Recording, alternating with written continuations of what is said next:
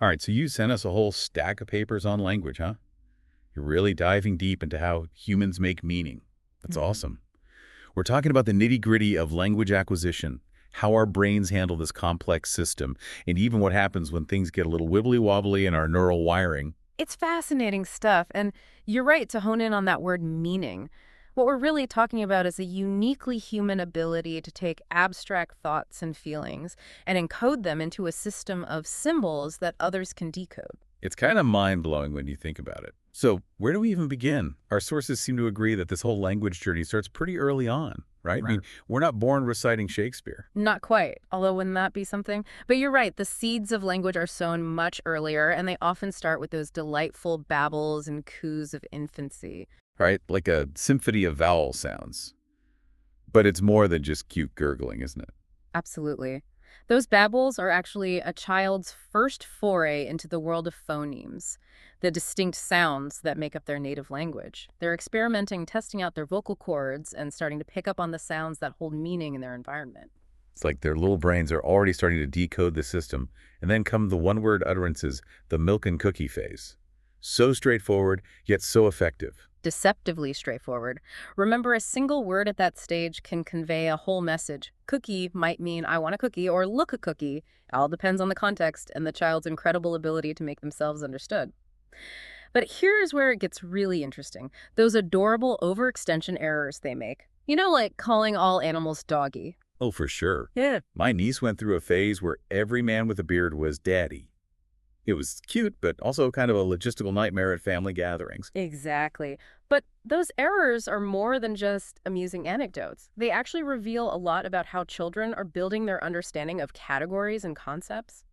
Studies have shown that kids who overextend more tend to have larger vocabularies later on. It suggests they're actively testing their hypotheses about the world, constantly refining their understanding. So it's not just a cute mistake, it's a sign of their brains working overtime to make sense of things. That's amazing.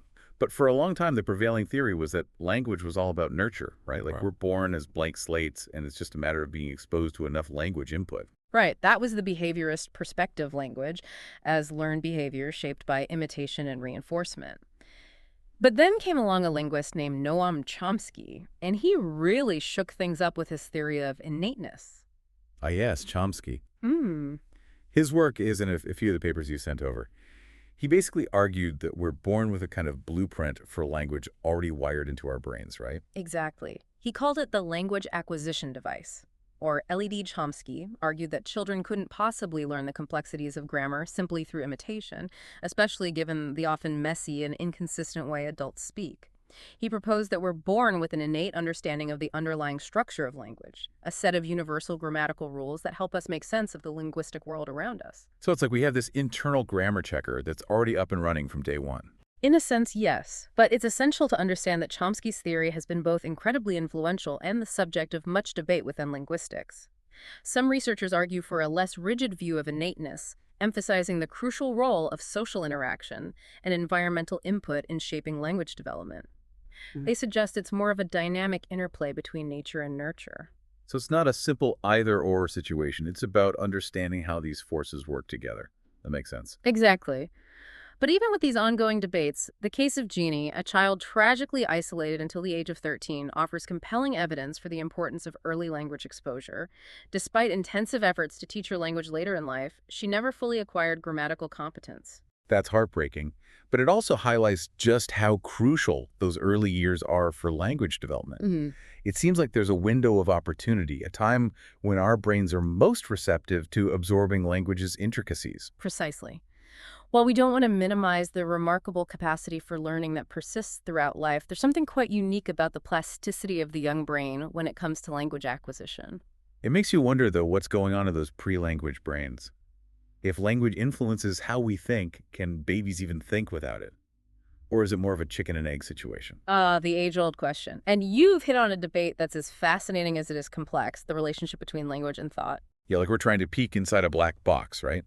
We can observe the input, the language a child hears, and the output. They're developing language skills. Hmm.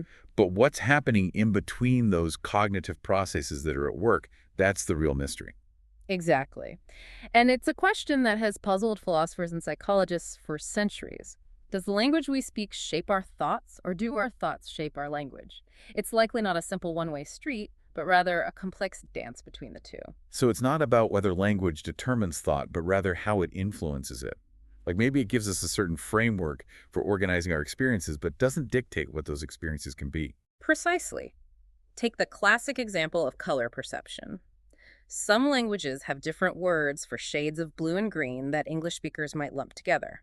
Research suggests that having distinct words for those colors might make it easier for speakers of those languages to discriminate between them. Interesting. So our language might actually make us more attuned to certain distinctions in the world around us. Exactly. Excellent. But on the flip side, we know that pre-linguistic infants and even non-human primates can still perceive those same color differences even without the specific vocabulary. So it's not like language magically grants us the ability to see those differences, but it might enhance or refine our perception of them. That's a great way to put it.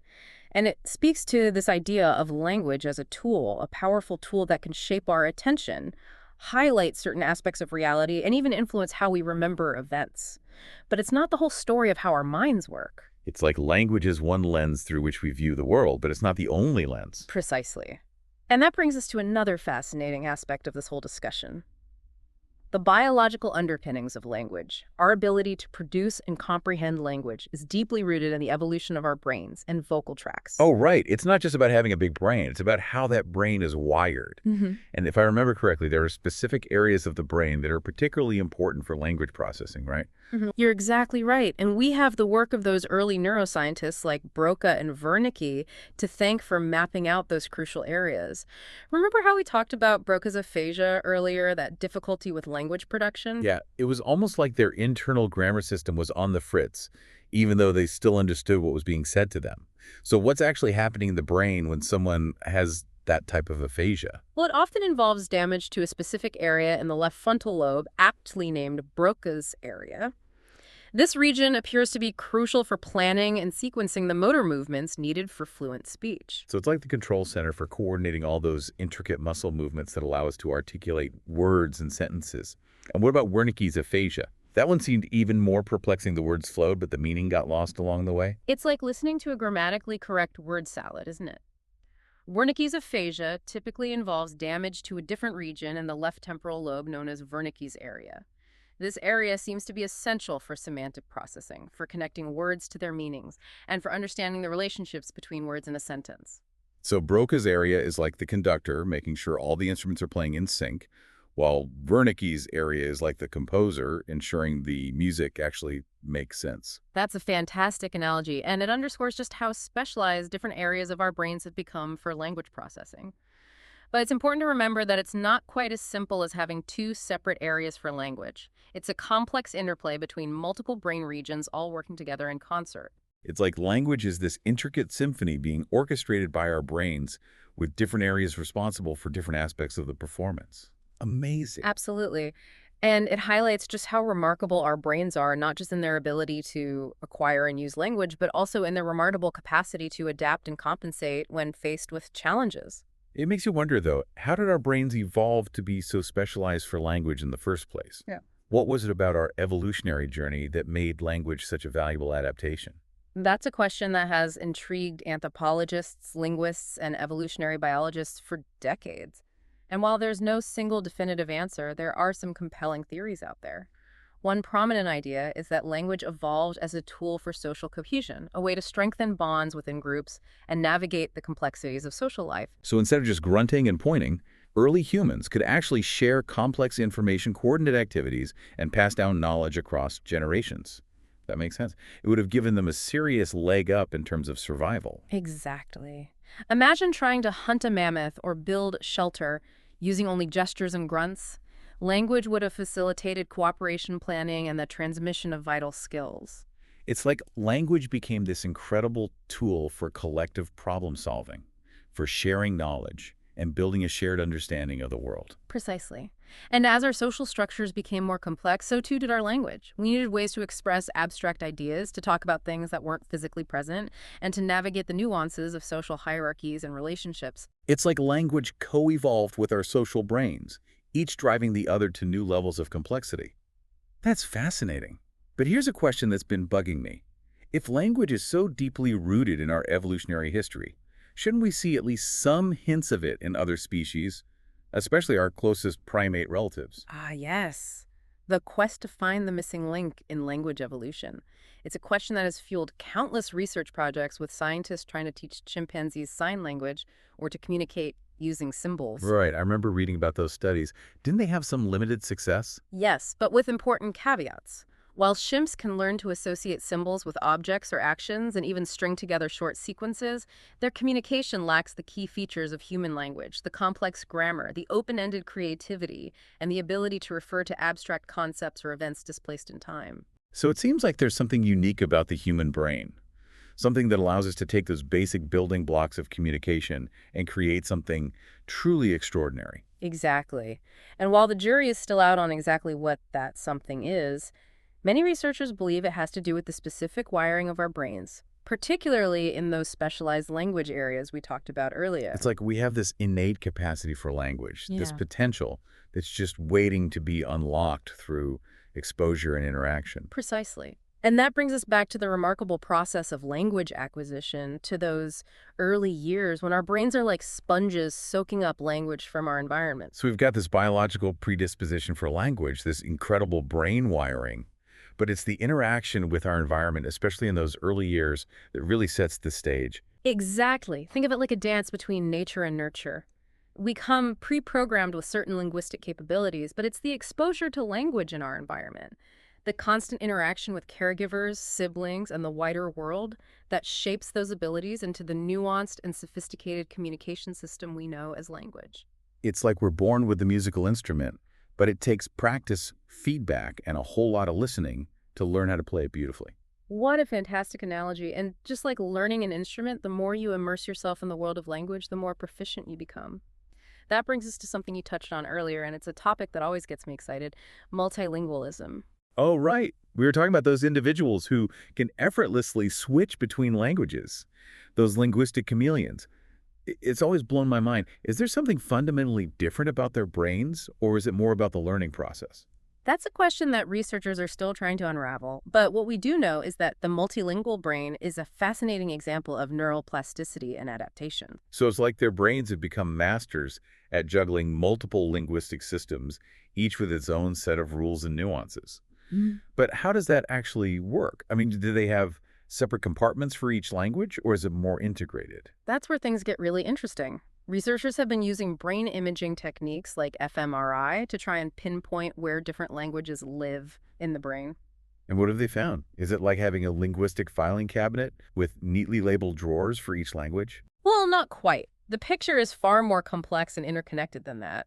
While there's some evidence for regional specialization, meaning certain areas might be more active when processing one language versus another, it's not as if each language gets its own dedicated neural real estate. So it's more about how different brain networks, even those involved in other cognitive tasks, are recruited and coordinated during language processing. Exactly. It's like having a team of expert chefs in a kitchen, each with their own specialty, but they can seamlessly work together to create a multi-course meal drawing on shared resources and adapting to different culinary traditions. That's a delicious analogy.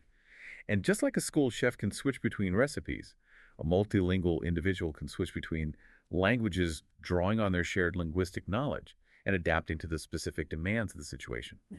It makes you wonder if those cognitive benefits we often hear about, like improved multitasking or better attention control, come from all that mental juggling.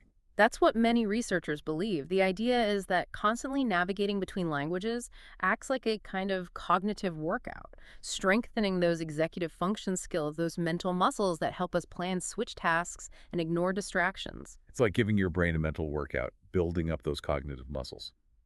But I'm curious, are there different ways to be multilingual? Does it matter if you learn languages simultaneously or sequentially, or even if you're equally fluent in all of them? Those are all excellent questions, and they point to the incredible diversity within multilingualism. It's not a one-size-fits-all phenomenon. Some individuals grow up speaking multiple languages from birth, while others acquire them later in life. Some achieve native-like fluency in all their languages, while others might be more comfortable in certain domains or contexts. So it's not just about how many languages you speak, it's about your personal history Yeah, with those languages, the context in which you use them, and even your emotional connection to them. absolutely. Language is so intertwined with our identities, our cultures, and our sense of self. And for multilingual individuals, that connection is amplified, multifaceted, and constantly evolving. It's like their linguistic tapestry is woven from threads of different colors and textures, creating a rich and intricate pattern that reflects their unique life experiences. What a beautiful way to put it. And just like a tapestry, language can be both incredibly resilient and surprisingly fragile. We've talked about the remarkable plasticity of the brain, its ability to adapt and rewire itself, but we've also seen how vulnerable language can be to injury or disruption. Right. With those language disorders we discussed earlier, aphasia, where brain damage can lead to difficulties producing or understanding language, and those speech disorders that affect the physical production of sounds, it's a stark reminder that this ability we often take for granted is actually quite precious and delicately balanced. It is indeed. And it speaks to the importance of early intervention for children with language delays or disorders, as well as the ongoing support and rehabilitation for those who have experienced language loss due to stroke or other neurological conditions. Absolutely. Yeah. Because language is more than just a tool for communication. It's fundamental to how we connect with the world, how we build relationships, express our creativity, and navigate the complexities of human It's experience. so true. And it's a field that continues to evolve and surprise us with each new study shedding light on the intricate workings of the human brain and the extraordinary power of language. Well, we've certainly delved into the depths of this fascinating topic today. From those early babbles of infancy to the intricate neural networks that make language possible, from the challenges of language disorders to the cognitive benefits of multilingualism. We've explored the many facets of this uniquely human ability. And on that note, we'll leave you with this thought the next time you find yourself effortlessly crafting a sentence, deciphering a complex text, or simply engaging in a meaningful conversation. Take a moment to appreciate the incredible symphony of cognitive processes happening within your brain. It's a truly remarkable feat, one that continues to fascinate and inspire researchers and language enthusiasts alike. Until next time, keep those brains buzzing and those conversations flowing.